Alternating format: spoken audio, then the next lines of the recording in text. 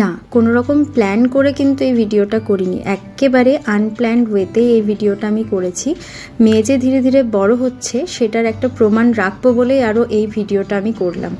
গতকাল যখন আমি রান্নাঘরে নিজের রান্নায় ব্যস্ত ছিলাম, ভদ্রমহিলা কিন্তু আমাদের রান্না দিদির কাছ থেকে এটা বেলনা চাকতি সমস্ত কিছু হাতিয়ে নিয়ে একরকম উনি বসে পড়েছিলেন, উনি নাকি রুটি বেলবেন। তো আমি তো এদিকে একেবারেই নজর দিইনি, কারণ আমি জানতাম যে হয়তো বাচ্চাদের মতো করে ছোট্ট একটা রুটি হয়তো বেলবে, তারপর হয়তো চলে যাবে।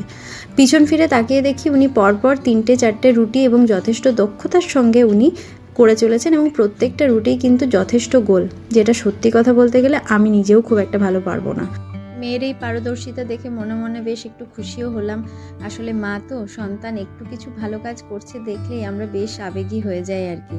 কোনো জিনিসের প্রতি যদি আমাদের প্রকৃত ভালোবাসা থাকে, তাহলে সেই কাজটা করতে আমাদেরকে খুব বেশি এফোর্ট দিতে হয় না। পড়ার ক্ষেত্রেও কিন্তু তাই। ছোটবেলা থেকেই ওর